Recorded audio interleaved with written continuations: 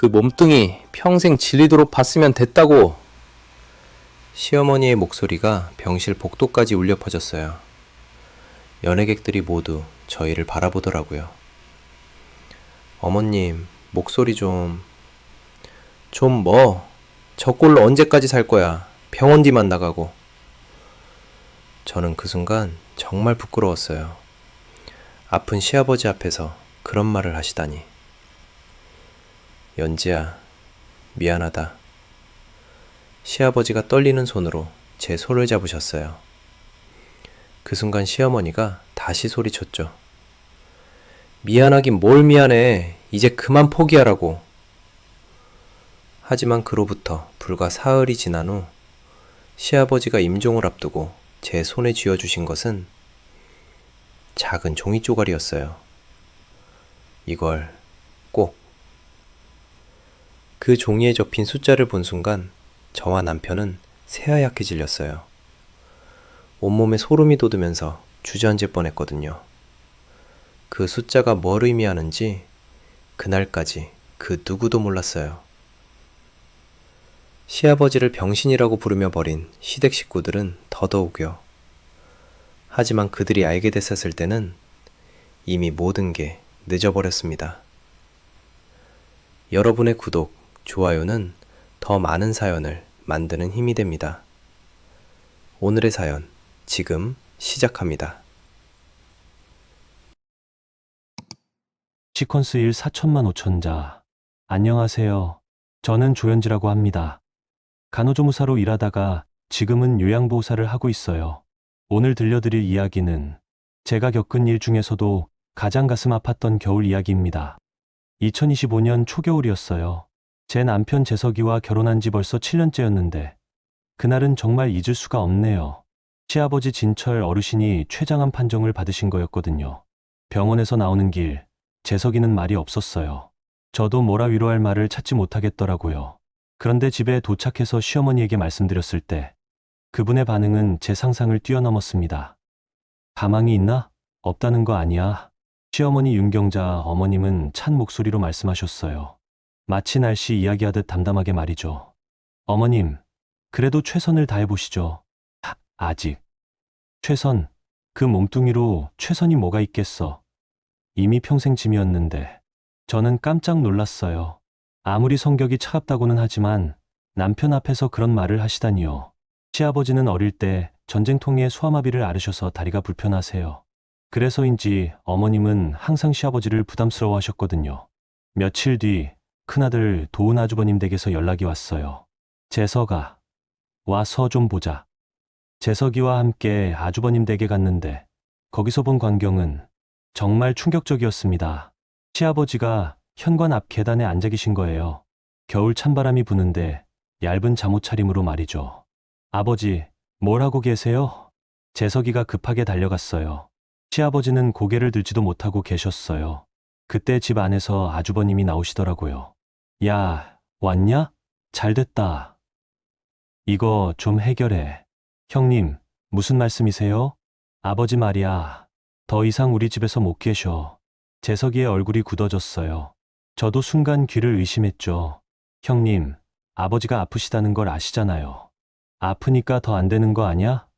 우리 수진이 고3인데 집에서 신음소리 들리면 공부가 되겠어. 그리고 아주버님은 잠깐 말을 멈췄다가 계속했어요. 솔직히 말할게. 저 모양으로 얼마나 더 살겠어. 병원비만 나가고 집안 분위기만 더 나빠질 텐데. 형님, 재석이가 소리쳤어요. 저는 그때 재석이가 그렇게 큰 소리 내는 걸 처음 봤거든요. 뭐, 틀린 말 했어. 현실적으로 생각해봐. 너희가 모실 수 있으면 모셔가고, 아니면 시설에. 시설이라니요. 제가 참을 수 없어서 끼어들었어요. 연지야, 내가 끼어들 일 아니야. 아주버님이 차가운 눈으로 저를 보셨어요. 그런데 그때 형님이 나타나셨거든요. 여보, 뭐 하는 거야? 빨리 처리하라고 했잖아. 아, 그래. 재석아, 아무튼 오늘까지만 하자. 내일부터는 정말 곤란하니까. 시아버지는 그 모든 말을 다 들으셨을 거예요. 그분의 어깨가 더 작아 보였거든요.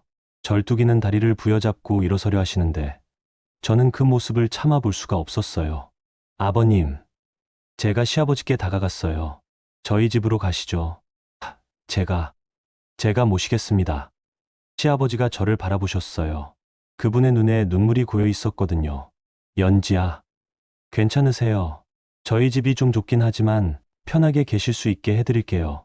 재석이도 옆으로 와서 아버지 팔을 잡았어요. 아버지, 우리 집으로 가시죠. 아주버님이 뒤에서 중얼거리는 소리가 들렸어요. 그래, 그럼 그렇게 해. 어차피 너희 몫이었으니까. 무슨 뜻인지 모르겠지만 그때는 시아버지를 모시고 가는 게 급했어요. 재석이가 아버지를 부축해서 차에 태우고 저는 간단한 옷가지들을 챙겨왔어요. 차 안은 조용했어요. 시아버지는 창밖을 보고 계셨는데 그분의 손이 계속 떨리고 있었거든요. 아버님, 괜찮으세요? 연지야, 미안하다. 무슨 말씀을 그렇게 하세요? 가족인데요. 가족이라는 말에 시아버지가 더 우셨어요. 저는 그때 깨달았거든요. 이분은 평생 가족 대접을 제대로 받아보지 못하셨다는 거요. 우리 집에 도착했을 때 눈이 내리기 시작했어요.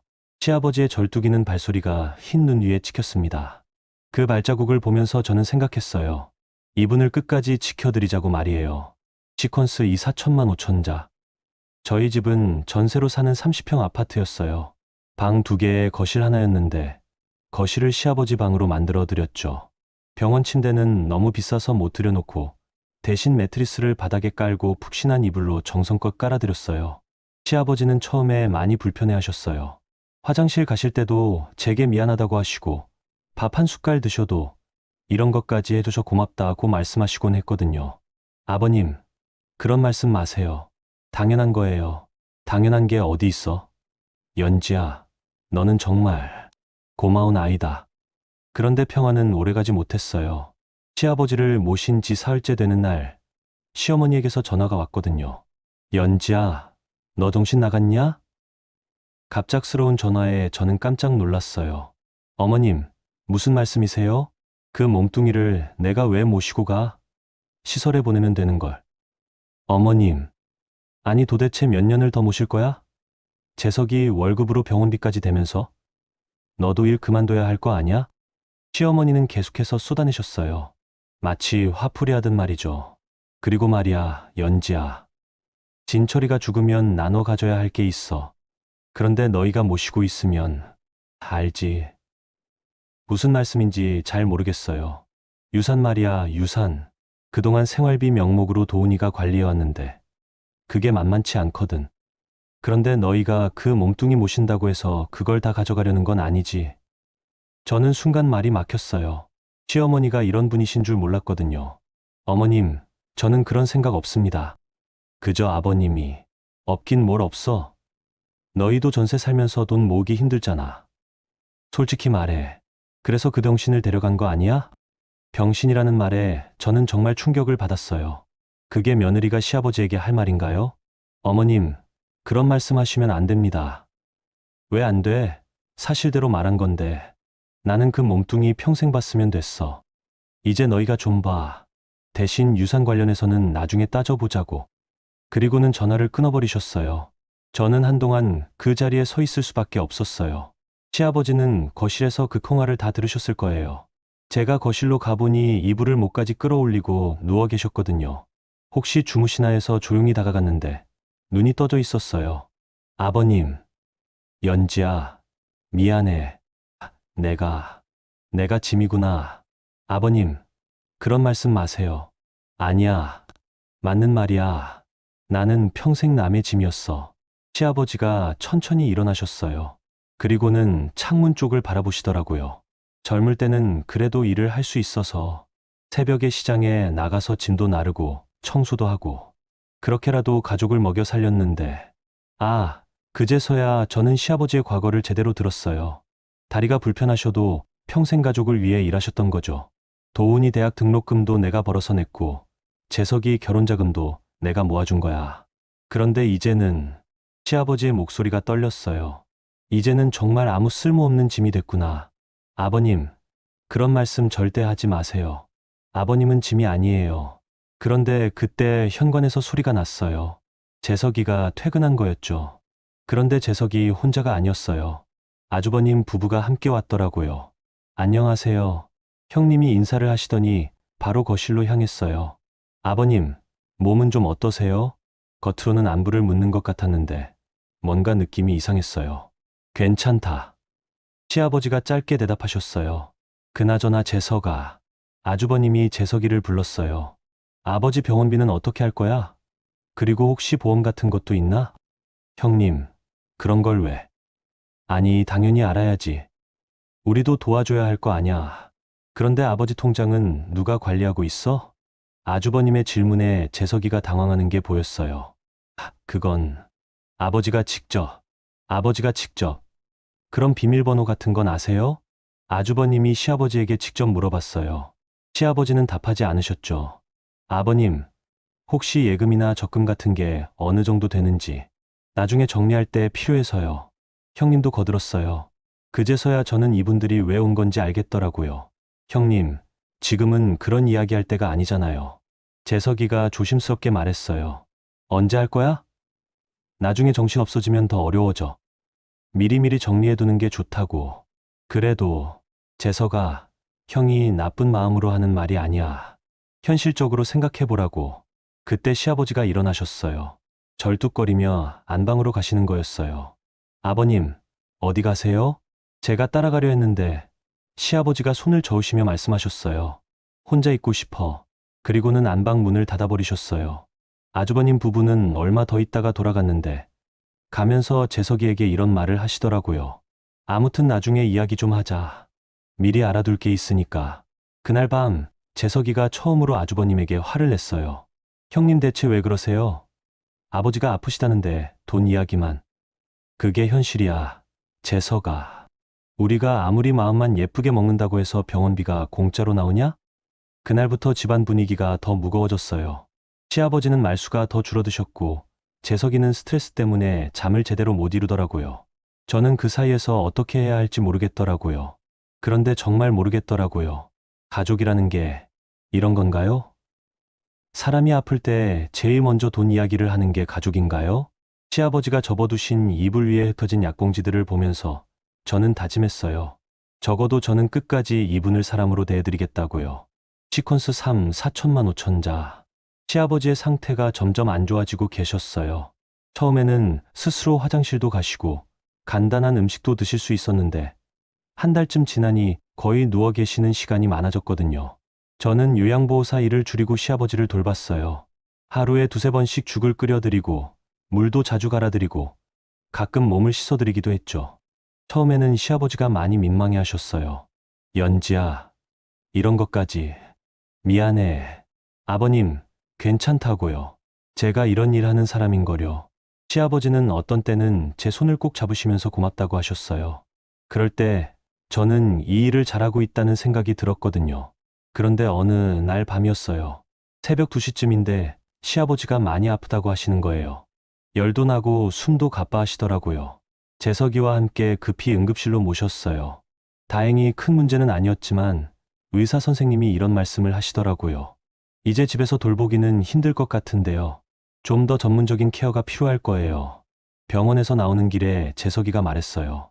연지야, 우리가 할 수 있는 데까지 해보자. 당연하죠. 포기하면 안 되잖아요. 그런데 집에 도착해서 시아버지를 모시고 들어가는데 시아버지가 갑자기 제 손을 잡으시더라고요. 연지야, 잠깐만. 네, 아버님. 서랍. 위쪽 서랍에 봉투가 하나 있어. 시아버지가 안방 서랍을 가리키셨어요. 저는 그쪽으로 가서 서랍을 열어봤어요. 정말 흰 봉투 하나가 있더라고요. 그걸 가져와. 봉투를 가져다 드렸더니 시아버지가 그 안에서 또 다른 봉투를 하나 더 꺼내시는 거예요. 연지야, 이걸 너희에게 주고 싶어. 첫 번째 봉투에는 사랑하는 막내 부부에게라고 적혀 있었어요. 두 번째 봉투에는 이름과 전화번호만 적혀 있더라고요. 아버님, 이게 뭐예요? 나중에 알게 될 거야. 그런데 연지야, 부탁이 하나 있어. 네, 말씀하세요. 첫 번째 봉투는 내가 죽은 다음에 열어봐. 두 번째 봉투에 있는 번호로 연락을 해. 그분에게 내 소식을 전해줘. 아버님, 그런 말씀 하지 마세요. 연지야, 나는 알아. 이제 얼마 안 남았다는 걸. 그런데 너무 걱정하지 마. 나는 행복했어. 너 같은 며느리 만나서. 그날 밤부터 시아버지의 상태가 급격히 안 좋아졌어요. 의식도 가물가물하시고 음식도 거의 드시지 못하셨거든요. 저는 밤낮으로 곁에서 지켰어요. 사흘째 되는 새벽이었어요. 시아버지가 갑자기 눈을 뜨시더니 제 손을 찾으시는 거예요. 연지야, 있나? 네, 여기 있어요. 고마웠어. 정말 고마웠어. 시아버지가 제 손에 뭔가를 쥐어주셨어요. 그 2개의 봉투였어요. 부탁한다. 그리고는 조용히 눈을 감으셨어요. 저는 한참 동안 그 자리에서 움직일 수 없었어요. 정말 갑작스럽게 돌아가신 거였거든요. 재석이를 깨워서 함께 울었어요. 그리고 첫 번째 봉투를 조심스럽게 열어봤어요. 연지야, 재석아, 너희들 덕분에 나는 마지막에 사람 대접을 받으며 살 수 있었다. 이 돈은 내가 평생 모은 거야.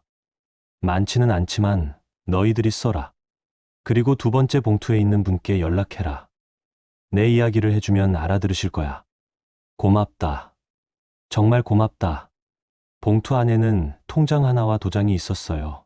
통장을 확인해 보니 정말 놀랄만한 금액이었어요. 시아버지가 평생 모으신 돈이었죠.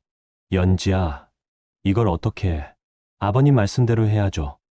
그리고 2번으로 연락해봐요.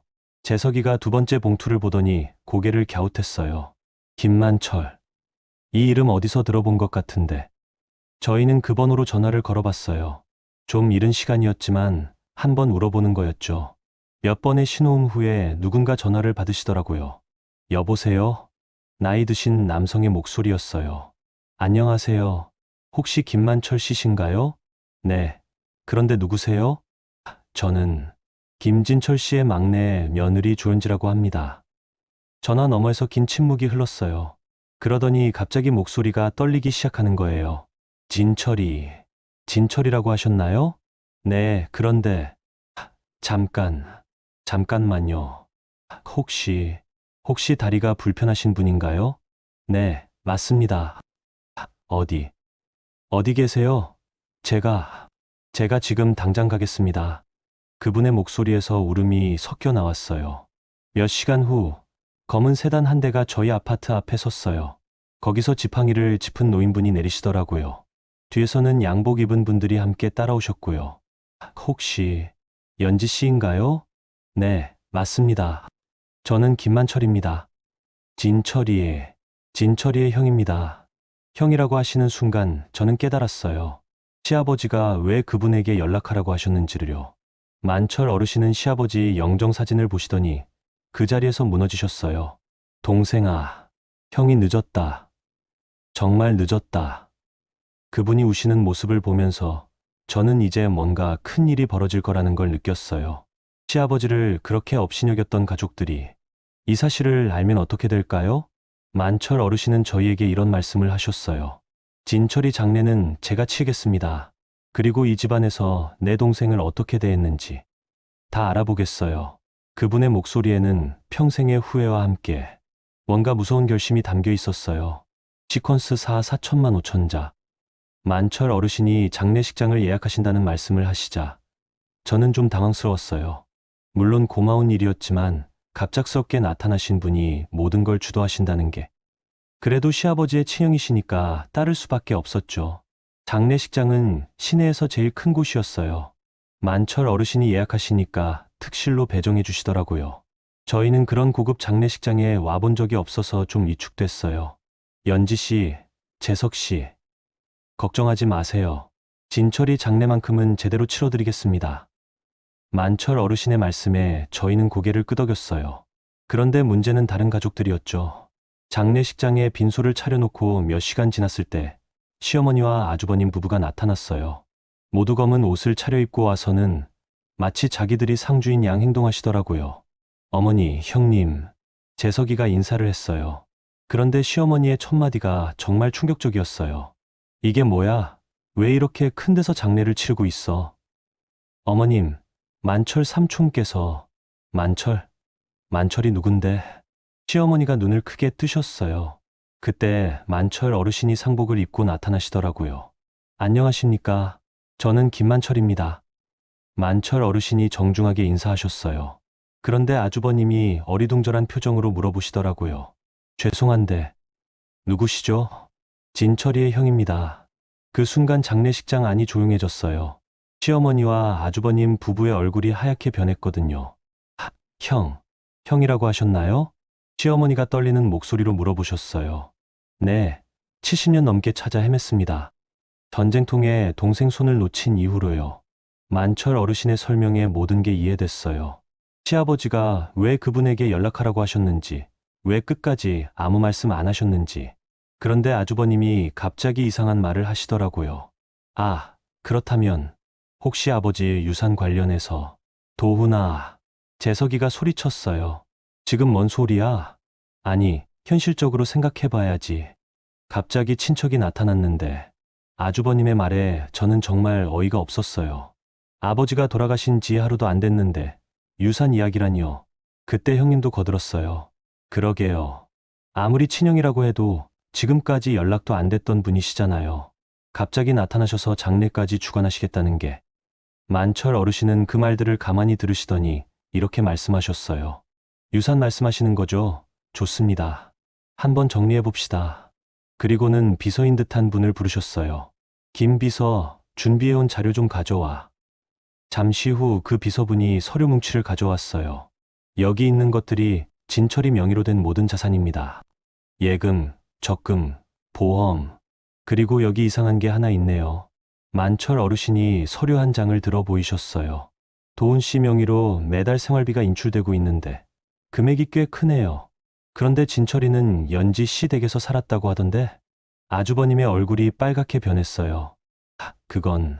그건 아버지가 저희에게 맡기셨던 거예요. 맡기셨다고요? 그런데 왜 동생은 작은 집에서 불편하게 지내셨을까요? 만철 어르신의 목소리가 차가워졌어요. 그리고 여기 또 재미있는 게 있네요. 진철이가 입원했을 때 의료비 내역인데 대부분 연지 씨 앞으로 결제되어 있어요. 생활비를 받아가신 분이 왜 의료비는 안 내셨을까요? 아주버님이 말문이 막혔어요. 시어머니도 얼굴이 하얗게 질렸고요. 그때 만철 어르신이 결정적인 말씀을 하셨어요. 그런데 더 가관인 건 진철이를 대문 밖으로 내쫓았다는 이야기를 들었습니다.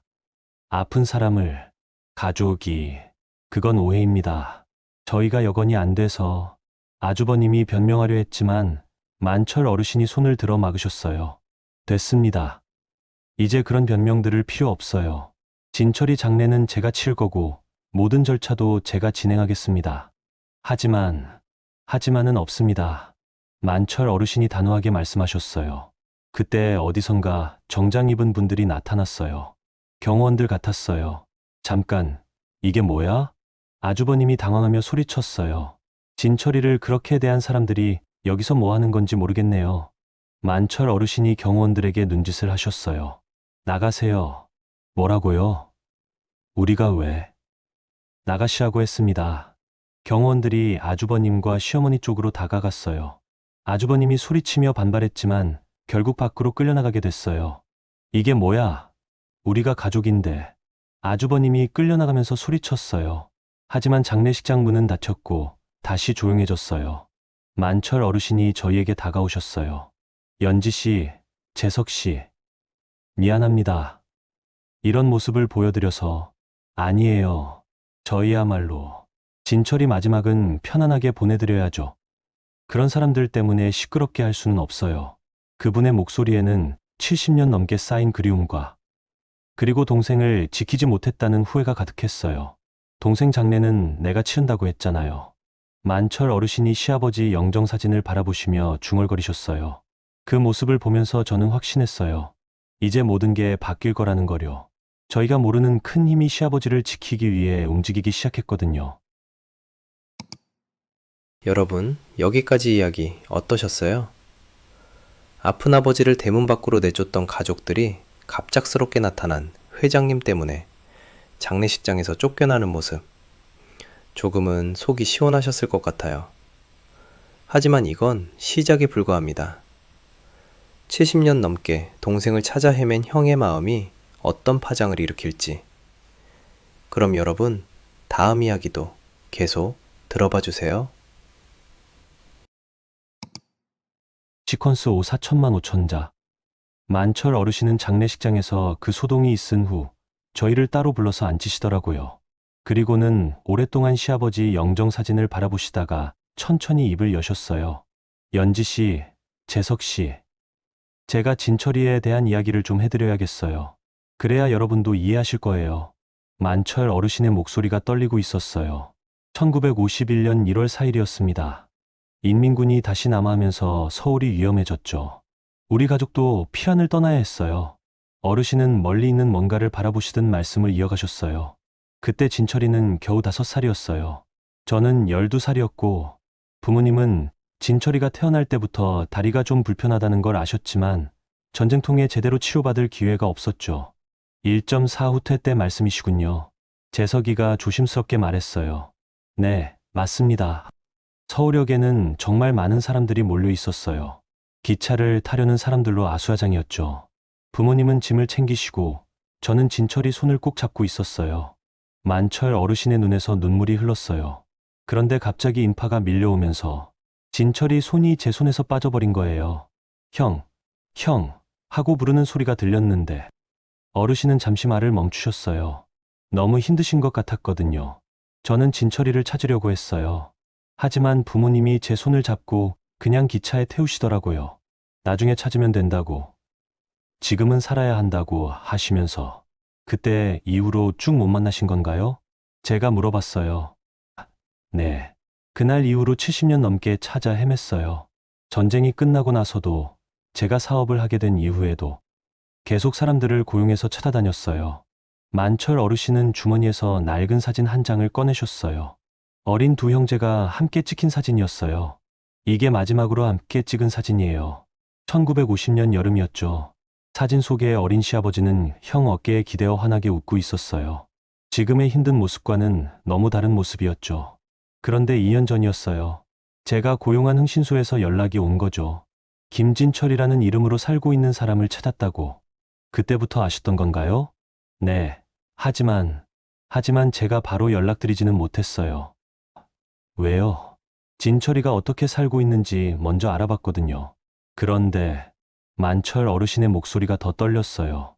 가족들이 그 애를 어떻게 대하는지 알게 됐어요. 병신, 짐이라고 부르면서 사람 취급도 안 하더라고요. 저는 가슴이 아팠어요. 시아버지가 그런 대우를 받으시면서도 혼자 참고 계셨던 거구나 싶어서요. 그래서 조심스럽게 접근하려고 했어요. 갑자기 나타나서 진철이를 더 힘들게 할까봐. 그런데 왜 시아버지께 직접 말씀 안 드리셨어요? 재석이가 물어봤어요. 사실은 진철이도 저를 알고 있었어요. 네. 2년 전에 한번 마주친 적이 있거든요. 시장에서 우연히. 그때 진철이가 저를 알아보더라고요. 형님 이라고 부르면서 만철 어르신이 울음을 터뜨리셨어요. 그런데 진철이가 뭐라고 했는지 아세요? 형님, 저 안 보신 척 해주세요라고 하더라고요. 왜요? 지금 나타나시면 가족들이 형님한테까지 피해를 드릴까봐. 그러더라고요. 마지막까지 남을 걱정하는 애였어요. 저는 그제서야 이해했어요. 시아버지가 왜 그 봉투에 만철 어르신 연락처를 적어 놓으셨는지, 왜 돌아가시기 전까지 아무 말씀 안 하셨는지. 진철이는 자기가 형에게 짐이 될까봐 걱정했던 거구나. 만철 어르신이 고개를 끄덕이셨어요. 그래서 저는 멀리서 지켜보기만 했어요. 가끔 병원비가 부족하면 익명으로 도와주기도 하고. 그런데 결국 이렇게 됐네요. 만철 어르신이 시아버지 영정사진을 바라보시며 말씀하셨어요. 진철아, 형이 미안해. 70년 전에 손을 놓친 것도 미안하고 2년 전에 내 말을 들어준 것도 미안하다. 그리고는 저희를 향해 돌아서셨어요. 연지 씨, 재석 씨, 제가 진철이한테 해주지 못한 것들 이제라도 갚고 싶어요. 진철이를 그렇게 대한 사람들한테는 반드시 대가를 치르게 하겠어요. 만철 어르신의 목소리에는 70년간 쌓인 그리움과 후회, 그리고 분노가 모두 담겨 있었어요. 그리고 진철이가 여러분에게 남긴 유언, 그것도 제대로 지켜지게 하겠습니다. 그때 만철 어르신이 비서를 부르셨어요. 김 비서, 변호사님께 연락해. 내일부터 본격적으로 시작하자. 네, 회장님. 그런데 어느 정도까지, 끝까지. 진철이를 버린 사람들이 어떤 대가를 치르는지 똑똑히 보여줘야 해. 저는 그때 느꼈어요. 70년 동안 동생을 찾아 헤맨 형의 마음이 얼마나 깊은지, 그리고 그 마음이 이제 어떤 힘으로 바뀔지를요. 장례식장 밖에서는 시어머니와 아주버님이 아직도 소리를 지르고 있었어요. 하지만 그 소리가 이제는 별로 무섭지 않았어요. 더 큰 힘이 저희 편에 생겼으니까요. 만철 어르신이 마지막으로 이런 말씀을 하셨어요. 진철아, 이제 형이 너를 지켜줄게. 누구도 우리 동생을 무시하지 못하게 하겠어. 그날 밤 저는 처음으로 편안하게 잠들 수 있었어요. 시아버지가 이제 정말 편히 쉬실 수 있을 것 같다는 생각이 들어서요. 시퀀스 6 4천만 5천자. 장례 다음 날 만철 어르신이 저희를 당신 댁으로 초대하셨어요. 강남에 있는 대저택이었는데 저희 같은 사람들이 와도 되나 싶을 정도로 웅장했어요. 응접실로 안내받았는데 거기에는 정장을 입은 분이 기다리고 계셨어요. 안녕하세요. 저는 김 회장님 전담 변호사 이정민입니다. 변호사님이 정중하게 인사하시더니 테이블에 서류를 펼쳐놓으셨어요. 오늘 모신 이유는 고인의 유언 집행과 관련해서 몇 가지 정리할 것들이 있어서입니다. 만철 어르신이 저희 옆에 앉으시며 말씀하셨어요. 연지 씨, 재석 씨, 진철이가 남긴 유언장 말이에요. 법적으로 완벽하게 보호받을 수 있도록 하겠어요. 변호사님이 첫 번째 서류를 가리키셨어요. 먼저 고인의 전체 재산 목록입니다. 예금이 3억 2천만 원, 적금이 1억 8천만 원, 그리고 보험금이 5천만 원입니다. 저희는 그 금액을 듣고 깜짝 놀랐어요. 시아버지가 그렇게 많은 돈을 모으고 계셨던 거예요. 문제는 여기에요. 변호사님이 다른 서류를 보여주셨어요. 지난 2년간 김도훈 씨 명의로 매달 200만 원씩 인출되고 있었습니다. 명목은 생활비였는데, 생활비라고 했지만 실제로는 아버님이 연지 씨 댁에서 지내셨죠. 만철 어르신이 차갑게 말씀하셨어요. 네, 그렇습니다. 더욱이 의료비는 모두 연지 씨께서 부담하신 것으로 확인됩니다. 저는 그제서야 아주버님이 왜 그렇게 유산에 관심을 보였는지 알겠더라고요. 그리고 여기 더 문제가 되는 부분이 있습니다. 변호사님이 또 다른 서류를 꺼내셨어요. 고인을 집에서 내쫓은 날의 CCTV 영상을 확보했습니다. 또한 그날 있었던 대화 내용도 목격자들의 증언으로 확보했어요. 영상을 보는데 정말 참혹했어요. 아픈 시아버지를 대문 밖으로 밀어내는 아주버님의 모습, 그리고 그 뒤에서 짐이라고 말하는 시어머니의 모습까지. 이런 증거들이 있으면 유언 무효화 시도는 원천 차단할 수 있습니다. 만철 어르신이 제 손을 잡으시더라고요. 연지 씨, 혹시 마음에 부담 갖지 마세요. 이건 정당한 권리예요. 하지만 너무 많은 돈이에요. 많긴요. 진철이가 평생 모은 돈이에요. 자기는 제대로 써보지도 못하고. 어르신의 목소리가 또 떨렸어요. 그리고 연지 씨, 이건 단순히 돈 문제가 아니에요. 진철이의 존엄성을 지키는 일이에요. 그때 변호사님이 또 다른 이야기를 꺼내셨어요. 사실 어제 김도훈 씨 측에서 연락이 왔습니다. 유언장 효력에 대해 이의를 제기하겠다고 하더군요. 이의 제기라뇨? 재석이가 깜짝 놀랐어요. 고인이 정신적으로 온전하지 못했다는 주장을 하려는 것 같습니다. 말도 안 돼요. 아버지는 마지막까지 정신이 멀쩡하셨는데, 물론 그들의 주장은 근거가 없어요. 하지만 절차상 대응은 해야 합니다. 만철 어르신이 일어서시더라고요. 좋아요. 그들이 그렇게 나온다면 우리도 준비하자고. 회장님, 어떻게 하시겠습니까?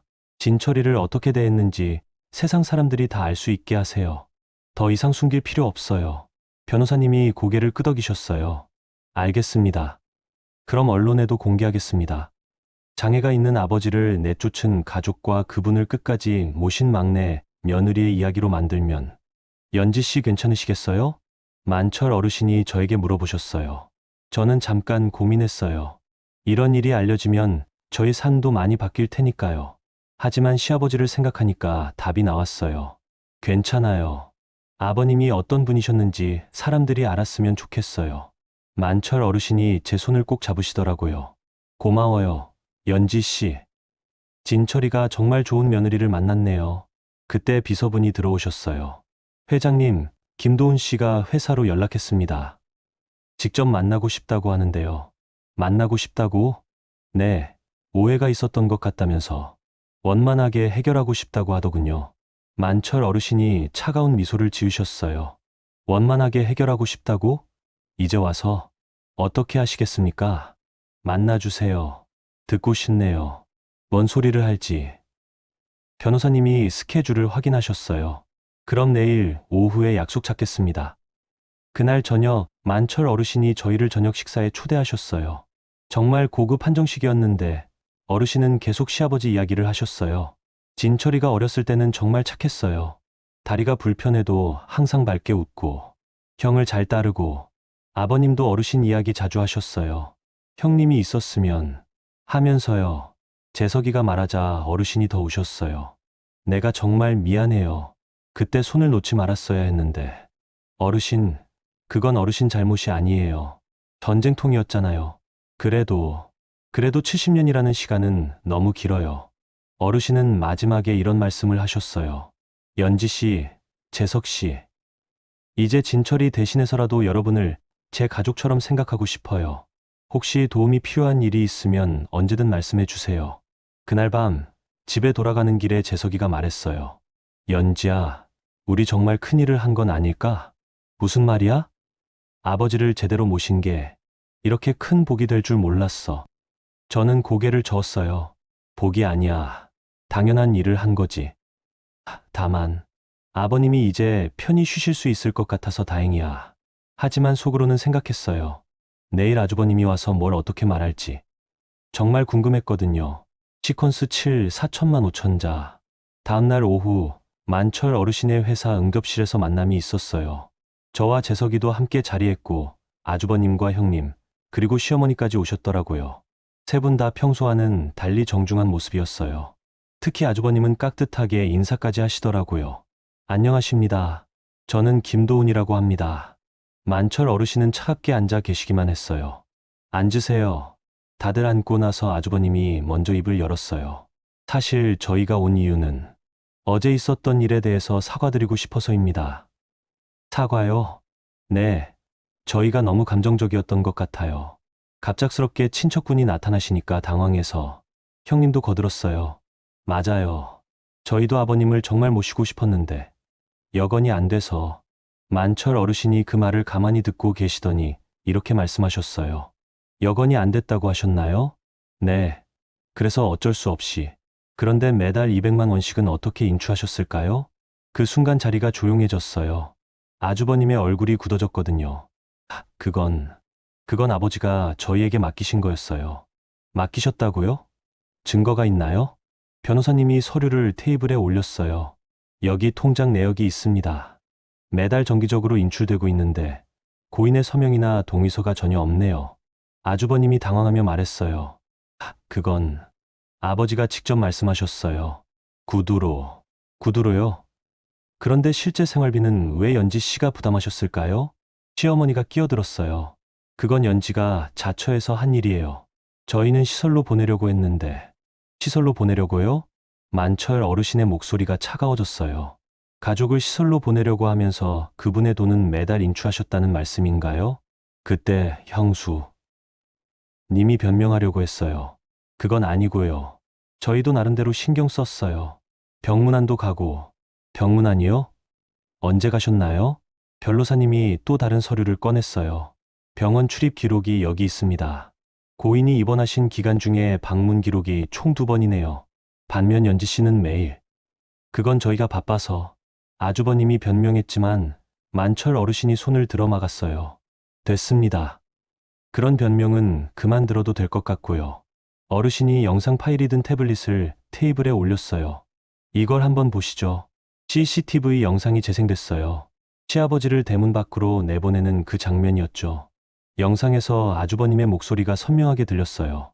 아버지, 더 이상 우리 집에서 못 계셔. 저 모양으로 얼마나 더 살겠어? 그리고 시어머니의 목소리도 나왔어요.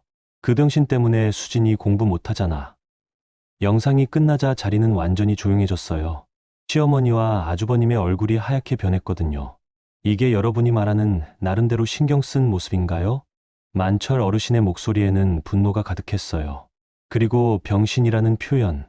이게 가족이 할 말인가요? 시어머니가 떨리는 목소리로 말했어요. 그건 제가 너무 화가 나서요? 아픈 가족을 보고 화가 났다는 말씀인가요? 그때 아주버님이 갑자기 일어났어요. 아니, 이건 너무하잖아요. 우리도 나름대로요? 만철 어르신도 일어나셨어요. 70년 동안 제가 찾아 헤맨 내 동생을 여러분은 짐이라고 했어요. 병신이라고 했고요. 그런 사람들이 지금 와서 나름대로 신경 썼다고요? 어르신의 목소리가 크게 울렸어요. 진철이는 여러분이 생각하는 것만큼 약한 사람이 아니었어요. 전쟁통에 형 손을 놓쳤어도, 다리가 불편해도 혼자 힘으로 가정을 일궈왔어요. 만철 어르신이 또 다른 서류를 꺼내셨어요. 진철이가 젊을 때 직업이 뭐였는지 아세요? 새벽 시장에서 집 나르는 일부터 시작해서 청소, 경비, 택시 운전. 못 해본 일이 없었어요. 시어머니가 고개를 숙였어요. 그리고 그렇게 번 돈으로 도훈 씨 대학 보내고 재석 씨 결혼시키고 여러분은 그런 분을 짐이라고 했어요. 아주버님이 변명하려고 했어요. 하지만 마지막에는 정말 돌보기 힘들어서요. 그럼 왜 그분의 돈은 계속 가져갔나요? 변호사님이 마지막 증거를 제시했어요. 여기 통화 녹음도 있습니다. 윤경자 씨가 연지 씨에게 한 전화 내용이에요. 스피커에서 시어머니의 목소리가 흘러나왔어요. 그 병신을 내가 왜 모시고 가? 시설에 보내면 되는 걸. 그 몸뚱이 평생 봤으면 됐어. 녹음이 끝나자 시어머니가 완전히 무너졌어요. 저는 그냥이요? 이게 그냥인가요? 만철 어르신이 마지막으로 이렇게 말씀하셨어요. 이제 그만 나가세요. 더 이상 진철이 가족 행세하지 마시고요. 아주버님이 마지막으로 소리쳤어요. 우리가 가족이에요. 법적으로요? 좋아요. 그럼 법으로 해결합시다. 변호사님이 일어났어요. 내일부터 횡령, 유기, 정신적 피해에 대한 민형사 고발을 진행하겠습니다. 그들은 결국 아무 말도 못하고 나가야 했어요. 시어머니는 울면서, 아주버님은 분노로 얼굴이 빨개진 채로요. 만철 어르신이 저희에게 돌아서서 말씀하셨어요. 연지 씨, 재석 씨, 이제 정말 끝났어요. 진철이를 무시한 사람들의 시대는 끝났습니다. 그날 시아버지의 명예가 완전히 회복되는 걸 보면서 저는 눈물이 났어요. 살아계실 때 못 받으신 대접을 이제라도 받으시는 것 같아서요. 시퀀스 8 4천만 5천자. 그로부터 한 달 후 모든 법적 절차가 마무리됐어요. 시아버지의 유산은 유언장대로 모두 저희에게 상속됐고, 아주버님은 횡령 혐의로 기소됐어요. 시어머니는 법정에서 공개 사과를 해야 했고요. 하지만 정작 중요한 건 그게 아니었어요. 만철 어르신이 저희를 다시 부르셨거든요. 연지 씨, 재석 씨, 진철이 일은 이제 정리됐지만 제가 여러분께 드리고 싶은 게 있어요. 어르신이 저희를 차에 태워서 어디론가 데려가셨어요. 도착한 곳은 저희가 살던 아파트 단지였어요. 어르신, 왜 여기로? 잠깐만 따라와 보세요. 어르신이 저희를 아파트 관리사무소로 안내하셨어요. 거기서 만난 관리소장님이 이런 말씀을 하시더라고요. 연지 씨, 축하드립니다. 이제 이 집 주인이 되셨네요. 네. 무슨 말씀이세요? 관리소장님이 서류를 보여주셨어요. 저희가 살던 전세집이 만철 어르신 명의로 매입되어 있었고, 그게 저희에게 증여된다는 내용이었어요. 어르신, 이건 너무... 아니에요. 이 정도는 해드려야죠. 만철 어르신이 저희 집 열쇠를 건네주시며 말씀하셨어요. 진철이가 평생 집 한 채 제대로 가져본 적이 없잖아요. 대신 여러분이 가지세요. 저는 눈물이 터져 나왔어요. 어르신, 정말 감사해요. 감사하긴요. 제가 더 감사하죠. 진철이 마지막을 지켜주셔서. 집으로 들어가니 거실에 시아버지 영정사진이 그대로 있었어요. 만철 어르신이 그 사진 앞에 무릎을 꿇고 앉으셨어요. 진철아, 형이 약속 지켰어. 너를 무시한 사람들 다 혼내줬어. 어르신이 시아버지 사진을 쓰다듬으시며 말씀하셨어요. 그리고 너 같은 며느리랑 아들 만난 것도 정말 다행이야.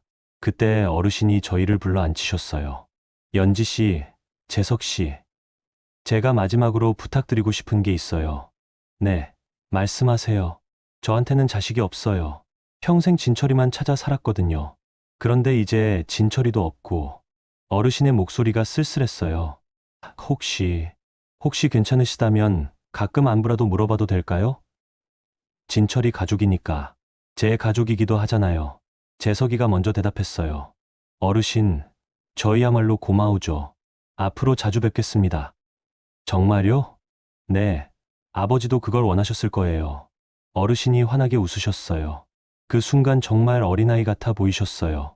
며칠 후, 저희는 시아버지 유언장에 적힌 대로 그분이 원하시던 자선단체에 기부를 했어요. 장애인 복지 관련 단체였어요. 아마 시아버지 나름대로의 마지막 뜻이었을 거예요. 그리고 저는 요양보호사 일을 계속하기로 했어요. 시아버지를 모시면서 느낀 게 많았거든요. 혼자 계신 노인분들이 얼마나 외로워하시는지, 가족들에게 얼마나 상처받으시는지. 연지야, 힘들지 않을까? 재석이가 걱정했어요. 괜찮아. 이게 내가 할 수 있는 일인 것 같아. 만철 어르신도 저희 결정을 지지해 주셨어요. 진철이 며느리답네요. 그런 마음 가진 사람이 있어서 세상이 조금이라도 따뜻해지는 것 같아요. 어느 날 저녁 저는 시아버지 사진 앞에 앉아서 이야기했어요. 아버님, 이제 편히 쉬셔도 될 것 같아요. 어르신께서 원하셨던 대로 저희가 사람 대접받으면서 잘 살고 있어요. 사진 속 시아버지가 미소 짓고 계신 것 같았어요. 그리고 만철 삼촌도 이제 외롭지 않으실 거예요. 저희가 자주 찾아뵐 테니까요. 밖에서 눈이 내리기 시작했어요. 시아버지가 저희 집에 처음 오셨던 그날처럼요. 하지만 이제는 슬픈 눈이 아니었어요. 새로운 시작을 알리는 따뜻한 눈이었거든요. 재석이가 제 어깨에 손을 올렸어요. 연지야, 우리 잘했지? 응, 잘했어. 아버지도 기뻐하실까? 당연하지. 마지막에 정말 사람 대접받으셨잖아. 그날 밤, 저희는 처음으로 우리 집에서 편안하게 잠들었어요. 시아버지의 축복 속에서요. 몇 달 후, 만철 어르신이 저희 집에 놀러 오셨을 때 이런 말씀을 하셨어요. 연지야, 내가 70년 동안 진철이를 찾아다닌 게 바로 이 순간을 위해서였나 봐. 무슨 말씀이세요? 진철이가 정말 좋은 사람들 만나서 행복하게 마지막을 보냈다는 걸 확인하려고 말이야. 어르신이 시아버지 사진을 바라보시며 말씀하셨어요. 이제 진철이도 마음 놓고 쉴 수 있을 거야. 세상에서 제일 좋은 가족들이 지켜주고 있으니까. 저는 그때 깨달았어요. 진정한 가족이 뭔지를요. 혈연이나 의무가 아니라 진심으로 서로를 아끼고 지켜주는 사람들이 바로 가족이라는 거요. 그리고 시아버지는 마지막에 그런 가족을 만나셨던 거죠. 여러분, 오늘 이야기 어떠셨어요? 처음에는 정말 가슴 아팠죠. 아픈 아버지를 대문 밖으로 내쫓는 가족들을 보면서 어떻게 저럴 수가 있을까 생각하셨을 거예요. 저도 이 이야기를 준비하면서 마음이 많이 아팠거든요. 하지만 연지 씨 같은 사람이 있어서 다행이었어요. 세상에는 여전히 따뜻한 마음을 가진 사람들이 있다는 걸 보여줬으니까요. 조건 없이, 계산 없이 그냥 사람을 사람으로 대해주는 마음 말이에요. 그리고 70년 넘게 동생을 찾아 헤맨 만철 어르신의 형제에도 정말 감동적이었어요. 세월이 아무리 흘러도 변하지 않는 것들이 있다는 걸 보여주셨죠. 결국 이 이야기는 단순한 복수극이 아니라 사람의 존엄성에 관한 이야기였던 것 같아요. 누구나 나이가 들고 몸이 불편해질 수 있어요. 그때 우리가 어떤 선택을 하느냐, 그게 우리가 어떤 사람인지를 보여주는 거겠죠? 여러분도 살아가시면서 다양한 선택의 순간들을 만나실 거예요. 쉬운 길과 어려운 길, 이익이 되는 길과 마음이 편한 길. 그럴 때 연지 씨처럼 따뜻한 선택을 하실 수 있으면 좋겠어요. 그런 작은 선택들이 모여서 세상을 조금씩 더 따뜻하게 만드는 거니까요. 오늘 이야기가 여러분의 마음에도 작은 위로와 지혜가 되었으면 좋겠습니다. 구독과 좋아요 부탁드립니다.